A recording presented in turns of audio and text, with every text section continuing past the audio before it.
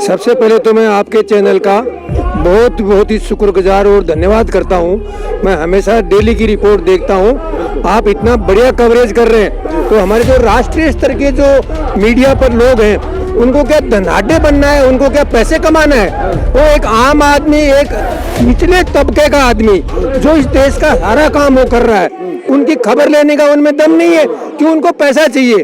तो आपको तो वो कुछ समझते नहीं, छोटे मीडिया को तो वो तो बोले ये तो कुछ भी नहीं है। सबसे बड़ी बात तो ये है, अभी ये OROP क्या हुआ, 7वें वेतन आयोग में क्या किया गवर्नमेंट ने कि ये तो इनको एक रैंक एक देना पड़ेगा। मोदी जी ने हाँ कर लिया, वादा कर लिया। इन्होंने क्या कुटिल चाल चली, जो बैठे नुमाइंदे हमारे बड़े बड़े सचिव और अधिकारी हमारे फौज के, उनमें सर्विंग पर्सन की भी तनख्वाह नीचे लिया है। उनका जो ग्रुप और जो कैटेगरी है ना, उनका स्केल निर्धारण करने में उनको नीचे लिया है। तो कुछ दिन, थोड़े दिन ये क्या अफवाह चली कि अरे यार पुराने वालों की तो ज्यादा तनख्वाह है, ज्यादा पेंशन मिल रही है, इस हिसाब से तो इतनी तनख्वाह हमारी तो है ही नहीं। तो वो फौज, खुशी की बात चल गई फौज में। हमारे बच्चे, हमारे पोते भी फौज में भर्ती हो गए, पोते तक मैंने फौज में भर्ती हो गए साहब। तो वहाँ मेरे को खबर आती है, मेरे तीनों बेटे, एक बेटी, चारों फौज में है। मैंने उनको इस सम्मान के लिए, इस देश की इज्जत के लिए ऐसा डाला था और उनको भर्ती करा दिया। वो हमारा हक। आज हम देखते हैं ना कि वो खबर ये दे रहे हैं, तो ये कैसे हो रहा है, कहाँ हो रहा है ये चीज? आज वो तनख्वाह कम कैसे होगी?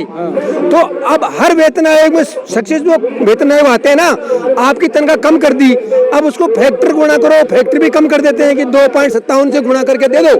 तो हम लोग तो खुश हो गए, लेकिन उसके पीछे हमें पता ही नहीं कि बाकी अफसर्स की तनख्वाह भी 4-5 लाख और उनको 2.81 से उनको मल्टीप्लाई करके दे दिया, तो उनको तो कई महीने फोल्ड भी इंक्रीज होगी। तो ये अंतर खाई इतना ज्यादा बढ़ा दिया कि अब ये मुश्किल है कि हर आदमी समझने लग गया है। पहले हम बोले थे हाँ सर, जय हिंद सर, ये काम ओके सर, डन सर, हर चीज का मतलब मिनटों में ये काम करते थे।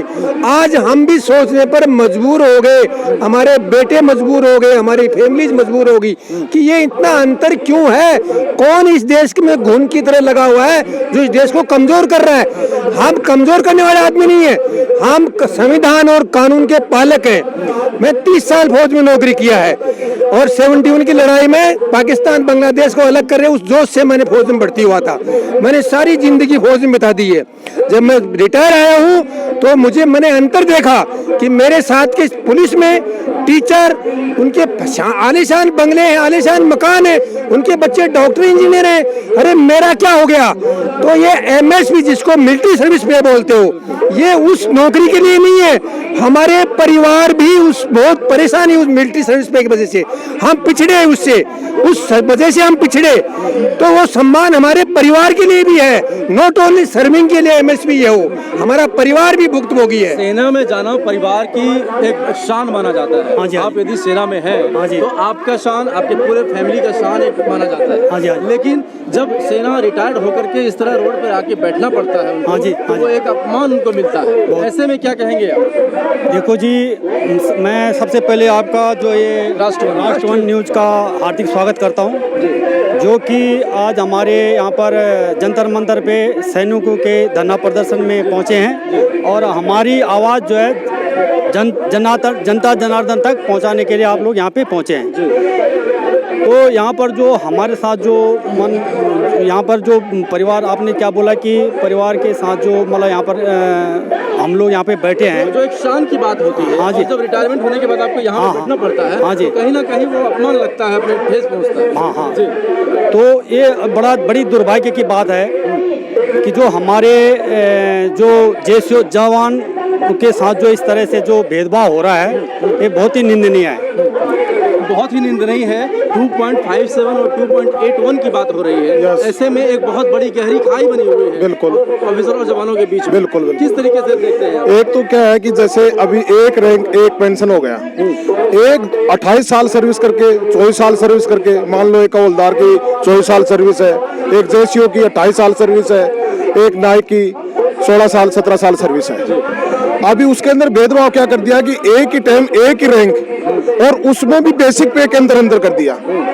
वो सर्विस उतनी करके आ रहा है 28 साल सर्विस करके आ रहा है तो उसकी बेसिक पे में अंतर क्यों? एक बेसिक पे के अंदर तो सर आपको क्या इसमें कौन भेदभाव किया, अधिकारी ने किया, सरकार ने किया? जवाब मैं दूं। इसके अंदर क्या हो गया कि एमएसपी के अंदर हो गया, उसके अंदर क्या हो गया कि एक तो अप और डाउन कर दिया उसके अंदर। अभी उसके अंदर क्या कर दिया भाई 2.5 2.87 और तीन बार जो ये हुआ पे कमीशन आउट हुआ, तीनों बार अंदर उसके अंदर वो फर्क डाल दिया और वो अभी तक रिकवर नहीं होगा। फर्क डाल दिया गया है अधिकारी के बीच और अधिकारी और सेना के बीच में। हाँ, फर्क नहीं, एक और इन्होंने फैक्टर भी चेंज कर देते हैं। जैसे फैक्टर पहले, जैसे मैं रिटायर हुआ 2014 में, तो पहले हमें रैंक का पेंशन मिलता था, वो ठीक था। इसके बाद में उन्होंने 7th पे कमीशन में क्या कर दिया कि इंडिविजुअल की बेसिक पे का 50% पेंशन कर दिया। उससे क्या होता है, वो रिड्यूस हो जाती है, कम हो जाती है। अच्छा, उसको हमारे तक लाने में वो कह देते हैं एक रैंक एक पेंशन। अरे वो तो पहले से ही था, उसको तो आपने फैक्टर में बदल दिया। क्यों फैक्टर क्यों चेंज करना? एक फैक्टर चल रहा है तो वो एक रैंक एक उसमें समान रहेगा।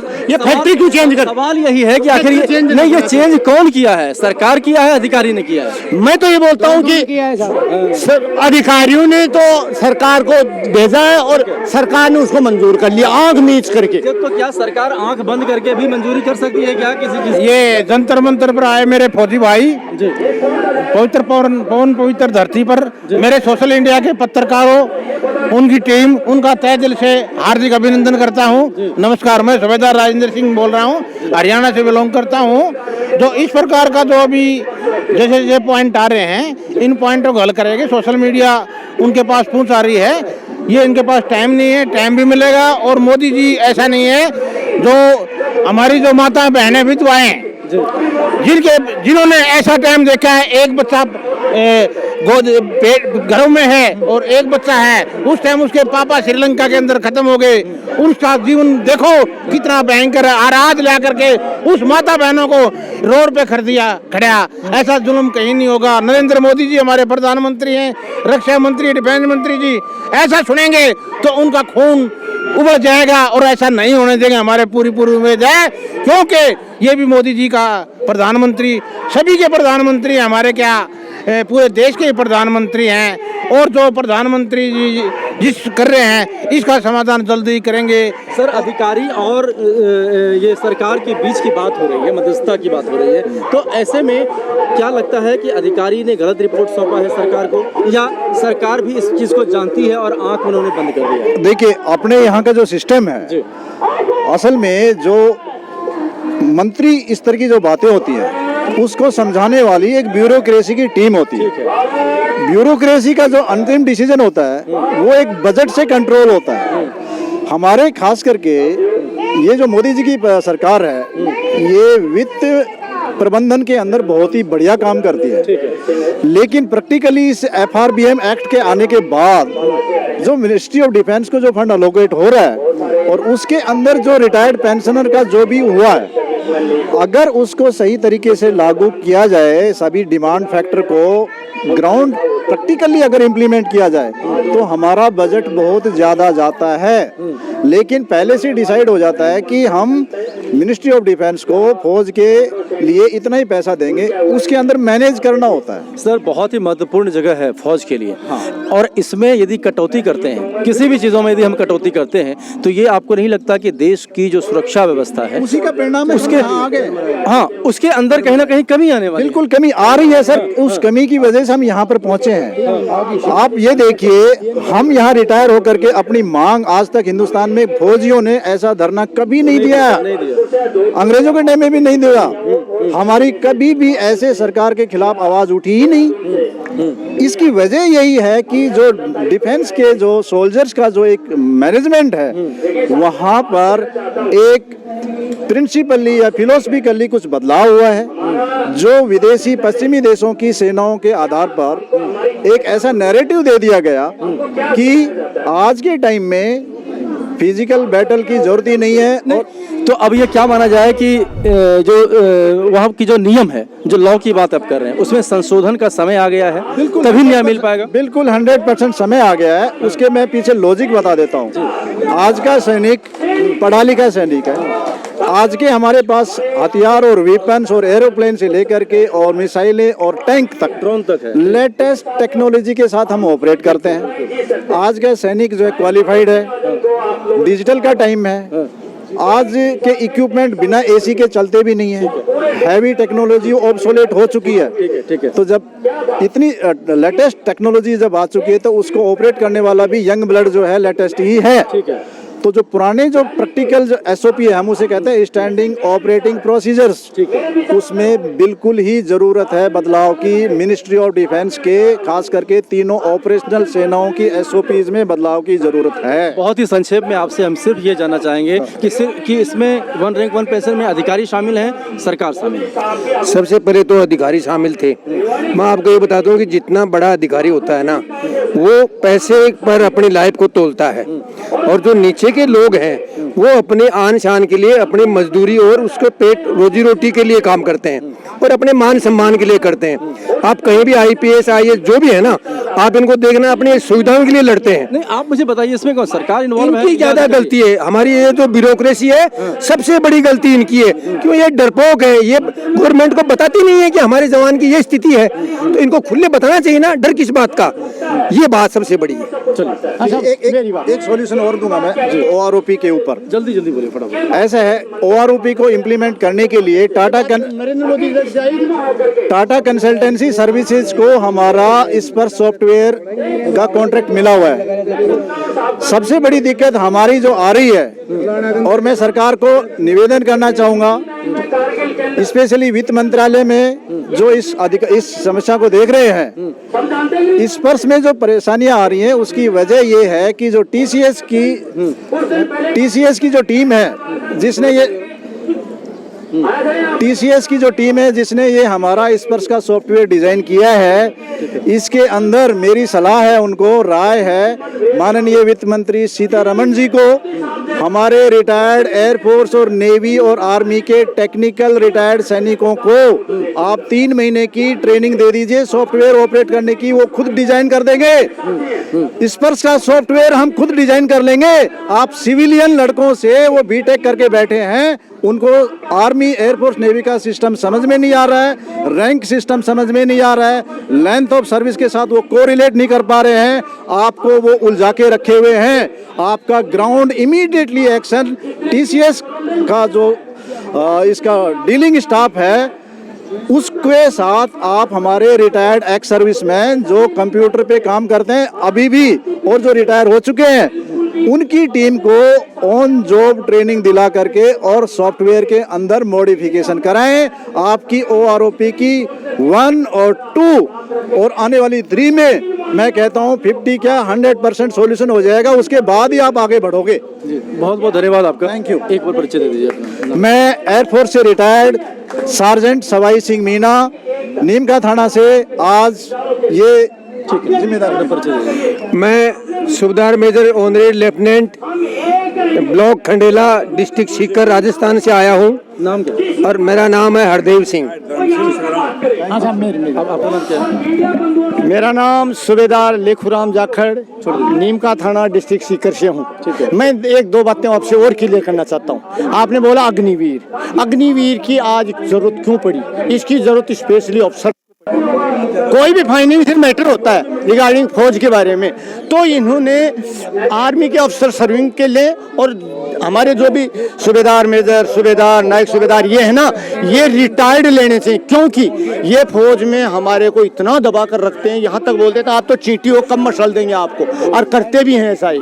हमने ग्राउंड मेरी 30 साल 3 दिन की नौकरी, ऐसा मैंने देखा भी है। जिस जवान को कोई ईमानदारी की बात बोल दी, उसको पीछे पड़ के बेचारे को सर्विस से पहले ही घर भेज देते हैं। जिस जवान के पीछे पड़ के बोल देंगे साहब ये गलत है, गलत बोल दिया, तो उसके पीछे पड़ करके बोलेंगे चींटी की तरह मचल देंगे, उसके पीछे पड़ के बेचारे घर। कोई जवान मकरा बोलते हैं। क्या अधिकारी जो है वो क्या समझते हैं? वो सेना को एक चीटी समझते हैं, अपने आप सहायक समझते हैं। और इसका कारण यही है कि हमारा रैप है ना, जो नीचे का लेवल का जैश और जवान का, उनका रिप्रेजेंटेशन हमारा होता नहीं है। और हो तो हमारा रिटायर्ड का हो, क्यों नीचे वाले हम तो बोल नहीं सकते, सर्विस में बोल नहीं, नौकरी करनी है, पापी पेट का सवाल है। तो हमारे को रिटायर्ड को भले ही एक ही ले ले, आनुपातिक में कम ले ले, लेकिन एक को ले, ताकि हम उनको बोल सकें साहब नहीं ऐसे है, इनका राशन नहीं होता था साहब, जब मैं भर्ती